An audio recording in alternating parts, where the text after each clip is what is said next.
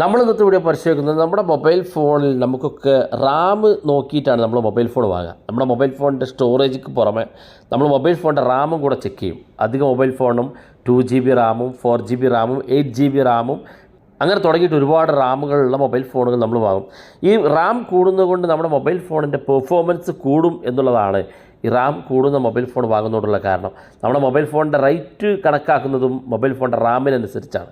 റാം കൂടുന്ന mobile ഫോണുകൾക്കും rate കൂടും. അപ്പോൾ നമ്മൾ ഇന്നത്തെ ഇവിടെ പരിശോധിക്കുന്നത് പല മൊബൈൽ ഫോണിലും നമുക്ക് ഓട്ടോമാറ്റിക്കായിട്ട് നമുക്കൊരു റാം നൽകും. പിന്നെ ചില മൊബൈൽ ഫോണുകൾ നമുക്കത് ആ റാം കൂട്ടാനുള്ള സൗകര്യമുണ്ട്.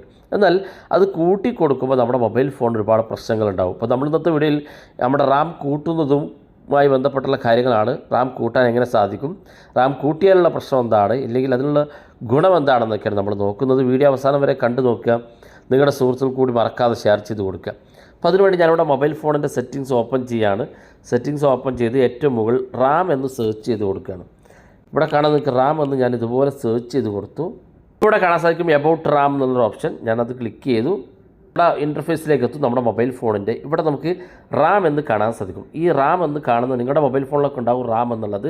അത് സെലക്ട് ചെയ്ത് നോക്കുക. ഇപ്പോൾ ഓൾറെഡി കാണാൻ സാധിക്കും എൻ്റെ മൊബൈൽ ഫോണിൽ എനിക്ക് മൊബൈൽ കമ്പനി തന്നിരിക്കുന്നത് 4GB റാം ആണെങ്കിൽ എനിക്കത് മാക്സിമം അത് 6GB വരെ, ഞാനിപ്പോൾ 4ൽ നിന്ന് 6ലേക്ക് മാറ്റി 6GB വരെ എനിക്ക് ഉപയോഗിക്കാം. കൃത്യമായിട്ട് നമ്മുടെ മൊബൈൽ ഫോൺ നല്ല പെർഫോമൻസ് ആയിരിക്കും. എന്നാൽ എനിക്കിവിടെ 8GB വരെ റാം കാണിക്കുന്നുണ്ട്. ഞാൻ 8GBയിലേക്ക് മാറ്റിയാൽ എനിക്ക് 8GB ഉപയോഗിക്കാൻ സാധിക്കും. പക്ഷേ ഇതുകൊണ്ടുള്ള പ്രശ്നം നമ്മുടെ മൊബൈൽ ഫോൺ പെട്ടെന്ന് ഹാങ് ആകും. കാരണം നമ്മുടെ മൊബൈൽ ഫോണിന് വേണ്ട ഏറ്റവും മികച്ച പെർഫോമൻസ് നൽകാൻ മൊബൈൽ കമ്പനി തന്നെ 4GB റാമാണ് സെറ്റ് ചെയ്തിരിക്കുന്നത്. വേണമെങ്കിൽ നമുക്ക് 6GBയിലേക്ക് മാറ്റാം ഇതുപോലെ.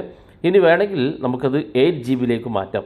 നമ്മുടെ മൊബൈൽ ഫോണ് നല്ല പെർഫോമൻസ് ആയിരിക്കും. കൂടെ ചില ഫീച്ചറുകൾ നമുക്കെപ്പോഴും വളരെ ഹാങ് ആയിട്ട് കാണും. കാരണം നമ്മുടെ മൊബൈൽ ഫോണിന് താങ്ങാവുന്നതിൻ്റെ ഏറെ കപ്പാസിറ്റി നമ്മൾ മൊബൈൽ ഫോണിന് കൊടുത്താൽ ഇത് നമുക്ക് ബുദ്ധിമുട്ടാകും. അപ്പോൾ അതുകൊണ്ട് തന്നെ മാക്സിമം വേണമെങ്കിൽ 6GB വരെ സെറ്റ് ചെയ്ത് വെക്കാവുന്നതാണ്.